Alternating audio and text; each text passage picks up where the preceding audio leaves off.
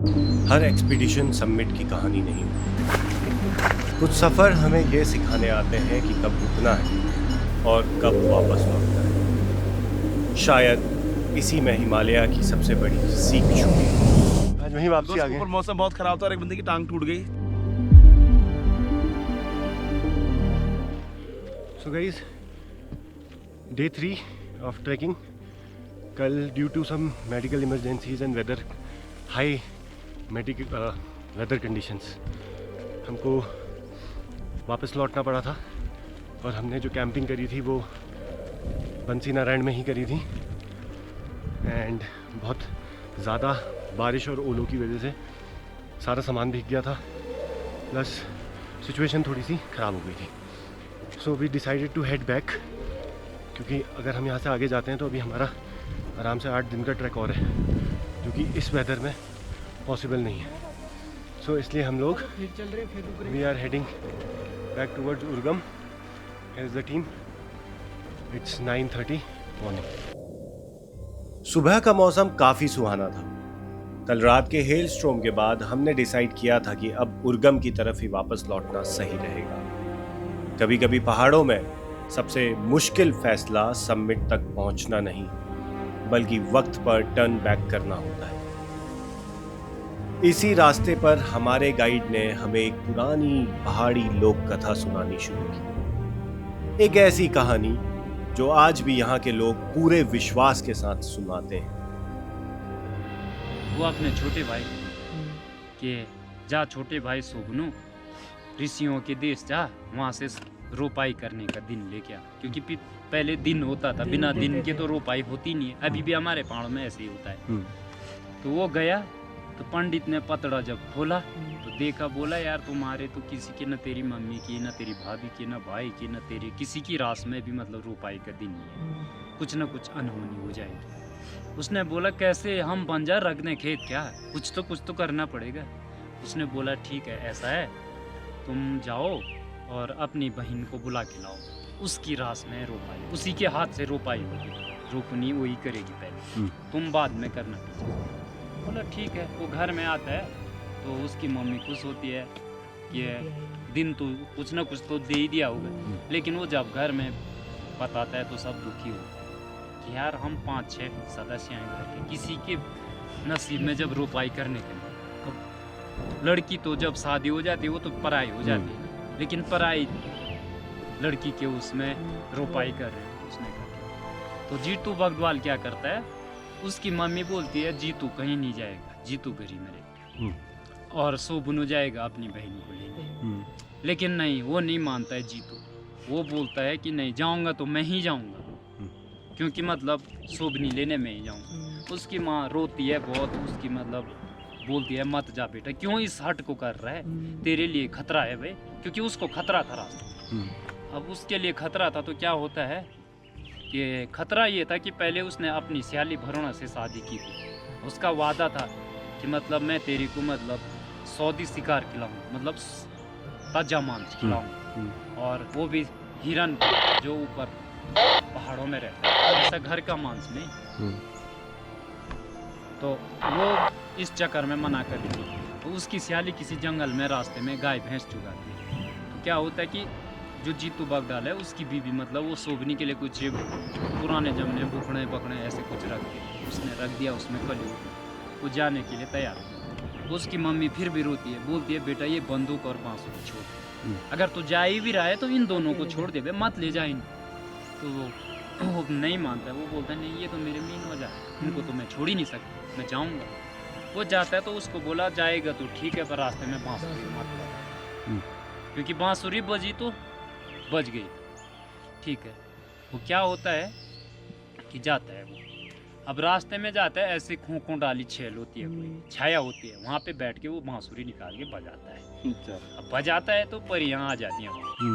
अब वो परियां क्या करती हैं, उसको घेर लेती हैं और वो बोलती है चल अब हमारे साथ ही चल, हमको ऐसी धुन वाला आदमी चाहिए था बांसुरी। उसको उनसे विनती करता है, बोलता है देखो मैं रोपाई करने के लिए अपनी बहन को लेने जा रहा हूँ, पहले मुझे ये काम करना है। वो क्या करते हैं वहाँ पे, उससे सारा कलियो जो भी बुखड़े पकड़े सब छीन लेते हैं।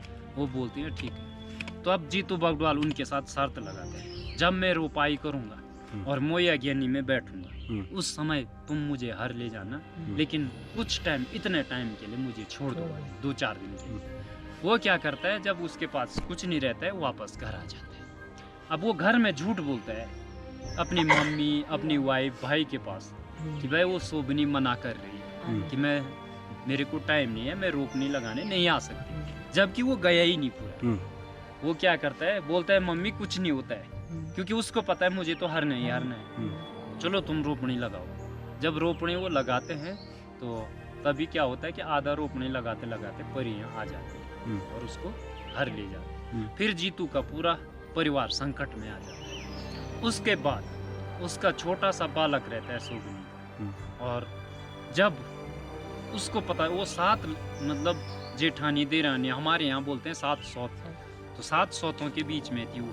तो वो 6 जो उसकी देरानी जेठानी थी वो सब खुश हो गए कि इसके भाइयों को तो वन देवियों ने, आजकियों ने हर लिया, अब ये तो बिना भाइयों की हो गई, इसका कौन पूछने वाला। जब उसकी सास उसको सुनाती है तो वो नहीं मानती है, वो रोती है बहुत।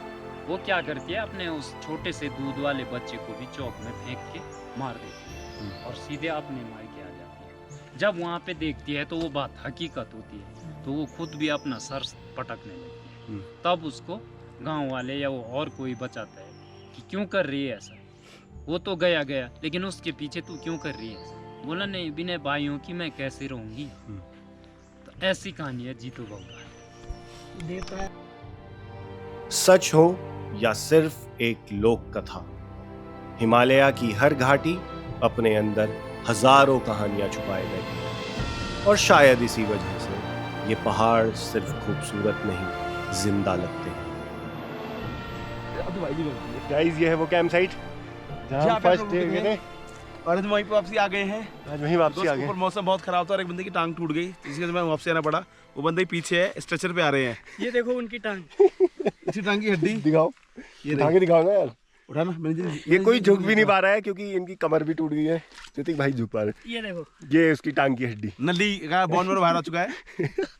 सो guys, yes, we are back at camp 1। Don't be a gama land of llama, इसलिए वापसी आ गए। इसलिए हम वापस आ गए क्योंकि वेदर बहुत ख़राब था और कुछ कंडीशंस भी, हेल्थ कंडीशंस भी ठीक नहीं थी कुछ लोगों की। So going towards Kalpeshwar and then Madhya Maheshwar. Yes, picture अभी बाकी है मेरे दोस्त।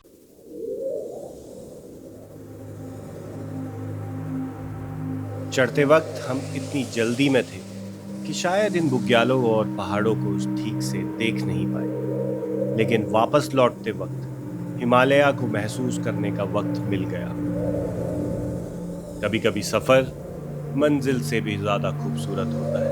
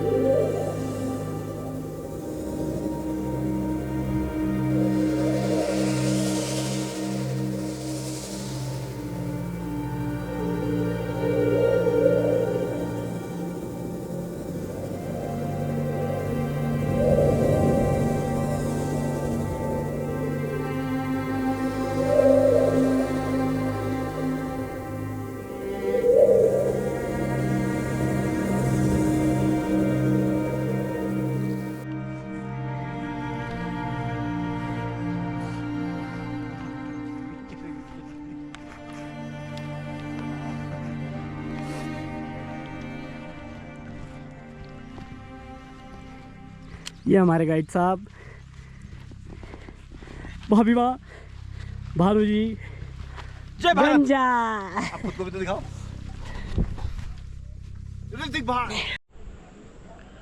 सो गाइज, हम पहुंच गए थे उर्गम, जो कि कल्पेश्वर से जस्ट 1 किलोमीटर पहले, जहाँ से हमने ऑब्वियसली ट्रैक शुरू किया था।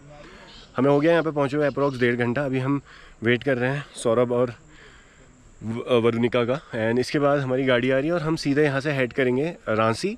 एंड आज रांसी में स्टे करने के बाद कल हम एक दूसरे ट्रैक पे निकलेंगे जो कि 2 दिन का होगा। इसको थोड़ा सरप्राइज़ रखते हैं और कल जब निकलेंगे तो इस बारे में बात करेंगे। बाकी वेदर अपडेट ये है कि लगातार बारिश हो रही है। अभी यहाँ उर्गम में नहीं है बारिश, बट ऊपर पहाड़ों में लगातार बारिश हो रही है और इसी बारिश के चलते हमें लौटना पड़ा, क्योंकि कल जो ओले गिरे हैं भाई साहब, मैं आपको बता भी नहीं सकता। एंड उर्गम गांव की खूबसूरती, ओए होए होए, इतना खूबसूरत गांव है ना ये, मज़ा आ गया यहाँ पे, बहुत ही सुंदर।